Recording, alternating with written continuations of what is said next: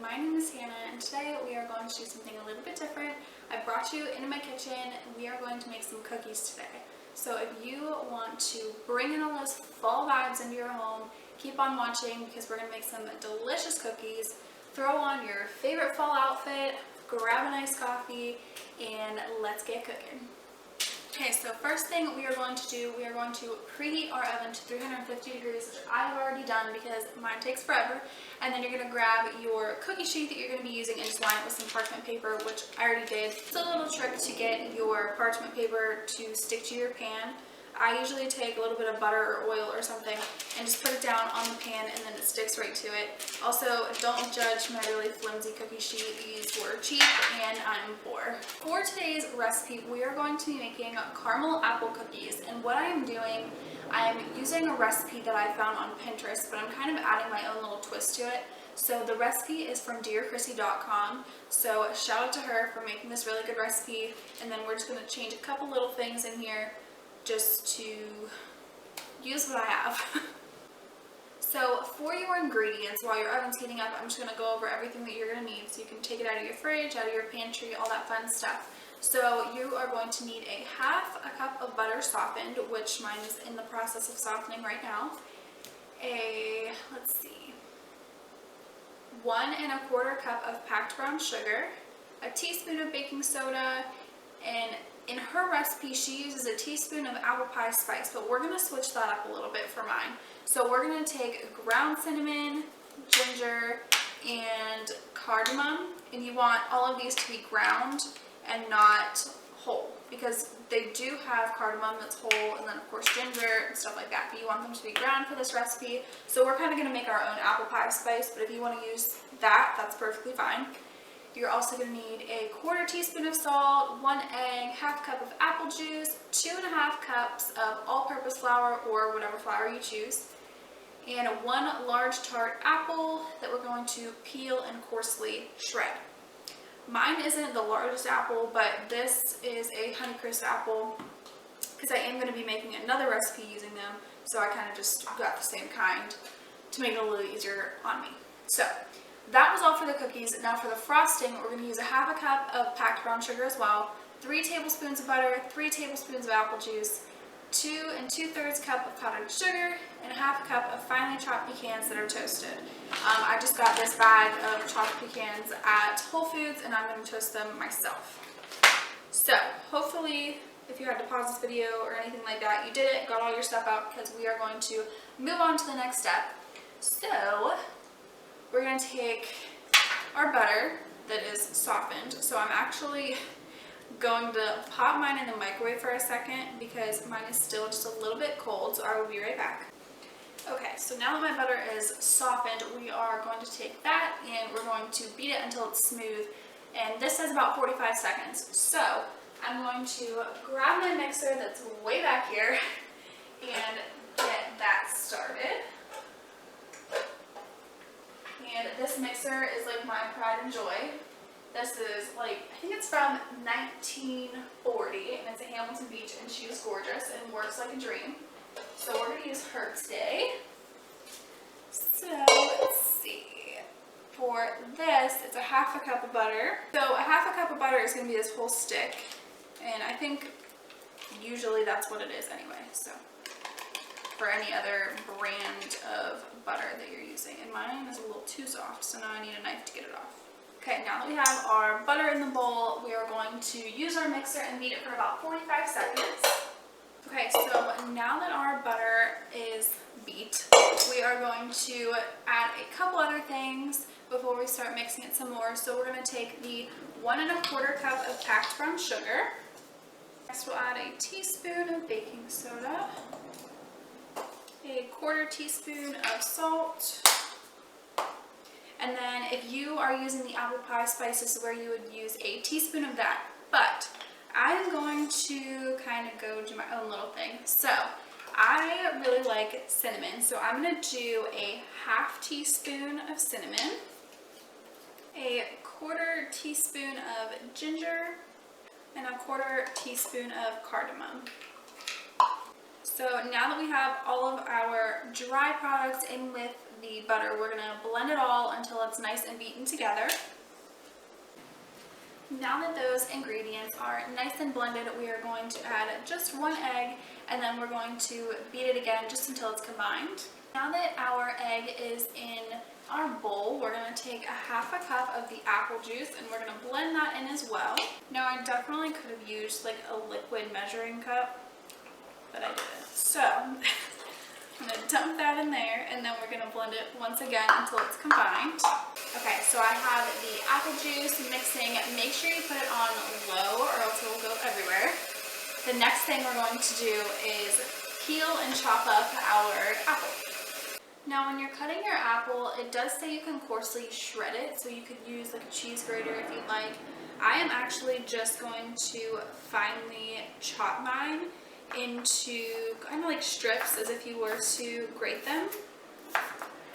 So next thing we're going to do, we're actually going to take 2.5 cups of flour and beat that into our mixture and then just stir in the apples. Alright guys, sorry about, well you guys don't know that it was delayed, but I had to make some more room on my SD card, so I went ahead and started putting the cookie batter on the cookie sheet. I stirred in my apples, so my batter looks like this now. And it says to drop just like a spoonful onto your cookie sheet. I'm gonna have to use 2 and possibly do like a whole second batch because my cookie sheets are so small. But this is supposed to make about 3 dozen cookies, so I think I'm gonna try to squeeze maybe another row in here, and I might just have to like cut them apart when I'm done.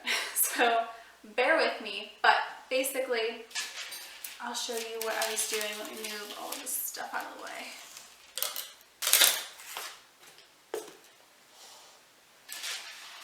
Alright, so let me stir it up again. So I basically just take a nice big spoonful and put it right on that parchment paper. And just make sure you space them out pretty good if you can. I'd say like 2 to 3 inches apart. Mine, I think I'm going to do just a little bit closer together just so I can kind of not, you know, keep my oven on all day. But I don't want to have to take them off and kind of do a couple separate runs with it. So might have to do that anyway, we'll see. If you do want smaller cookies, you are more than welcome to do a little bit less, but I do like having a bit larger cookies, so I'm making mine pretty big. I have my batter on my cookie sheets. The first one, I was hoping to squeeze another row on here, but I didn't, so these ones I'm probably going to have to cut apart. But for these ones, they're better, you know, spread apart. So I'm going to pop these in the oven for about 8 to 10 minutes. You want the edges to be like a light golden brown. The middle's almost going to look like it's not done, but that's what we want. So I actually have quite a bit of batter left, but I don't think it's going to make 3 dozen because I did make mine so big. So I'm going to say this might do like 2 dozen for me, but like I said, it really just depends on how big you make your cookies. So I'm going to pop these in the oven. Mine's been preheated for like an hour now. So I will see y'all in about 8 to 10 minutes. So the next thing we're going to do, we are going to toast our pecans, or pecans, or whatever you call them. So we need a 1/2 cup of those. I still have a bunch of flour in my measuring cup. Alright, so we're going to take our 1/2 cup of pecans, and you want to put them in a dry non-stick skillet. And my skillet is one of my favorites. It is the Chrissy Teigen brand, and it is a dream. I'm obsessed with it. So, just going to pop those right in there, and then we're going to put it on the stove on medium-low heat and just stir them pretty often for about 3 to 5 minutes. And you'll know when they're done. You'll be able to smell them, and they get a little bit darker in color, and they're going to smell so good. I cannot wait. I just peeked in the oven at the cookies, and they're going to be huge. So you guys might want to make them a little bit smaller, but if not, I mean, you can make them as big as you want. But I'm so excited. They look so good. And then for the frosting, we're actually gonna wait until they're cool and then we're gonna mix it because the frosting does set pretty fast. So we want to be able to work quickly. So we're gonna wait until the cookies are a little bit cooled down before we start making it. All right, so we have our pecans toasting. We got some of the cookies out, and you can tell that they did end up sticking together a little bit, but if you just take a spatula and kind of cut between them while they're still hot, then you won't even know. But they look so good. Sorry, my camera is like trying to focus. There we go. They look amazing. And we have some more in there, and I actually ended up having to use my pizza pan because obviously those are the only 2 cookie sheets that I have. Okay, now that our cookies are all out of the oven and they are pretty much cooled off, we're going to start making the frosting. So we're going to take 3 tablespoons of butter, 3 tablespoons of apple juice, and 1/2 cup of packed brown sugar. We're going to put this on the stove over medium heat. Stir it until the butter and the brown sugar are all dissolved, melted, all that fun stuff. And then after that, I'll check back in with you and we'll move on to the next step. Okay, so next thing we're going to do, now that our butter and brown sugar are all melted, we are going to whisk in the powdered sugar, which I have already measured out. I'm actually going to move a couple things around so I have more room to work with. Okay, so I have our 2 2/3 cups of powdered sugar, and then I have our toasted pecans. And what I'm going to do, pecans back there, you want to slowly pour in your powdered sugar and do just a little bit at a time. And then you're going to whisk it in. And you want to work quickly with this because it does tend to harden pretty fast. So I'm going to work quickly and do this, and then we're just going to do a couple cookies at a time when we do this because we don't want them to harden and then not be able to put the pecans on top so that they'll stick. And then if it does start to harden a little quickly, you can add some hot water to it. But you only want to do like a little bit at a time, maybe like a teaspoon or so of hot water just to loosen it up again. But as you start adding this powdered sugar, it's going to thicken up really, really quickly. Okay, I apologize in advance for the poor lighting, but I'm going to start putting the frosting on these cookies. So like I said, you only want to do a couple at a time so that you have a little more time to work with your frosting. So I'm just going to get some off the whisk. And then I'm just going to take a spoon and just drizzle it right on the top here.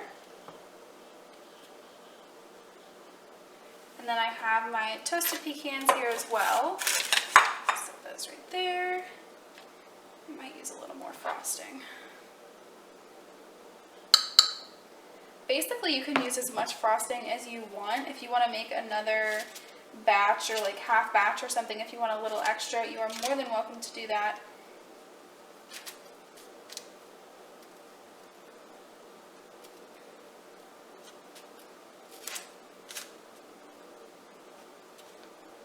Okay, oops, I got a little piece of cookie on there. So then I'm going to take a couple of the pecans, just sprinkle them right on top, and kind of press them in to the frosting. So that's that. And then we're going to do a few more.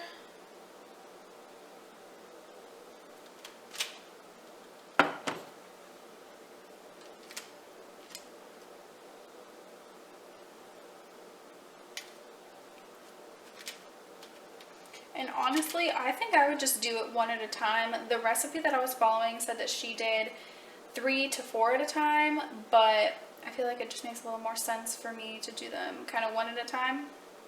So I'm going to try that and see how that works.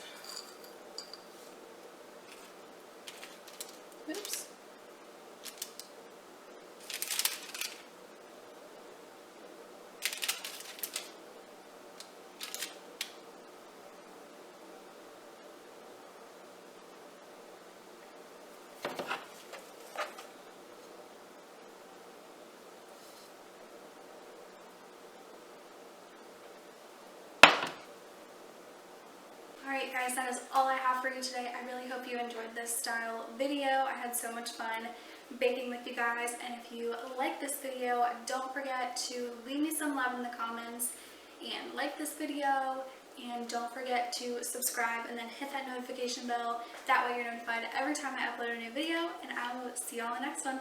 Bye!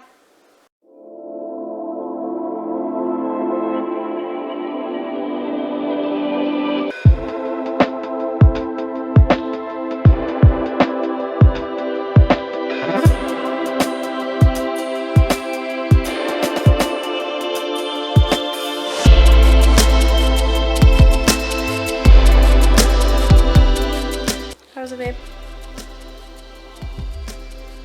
Was it good? Good.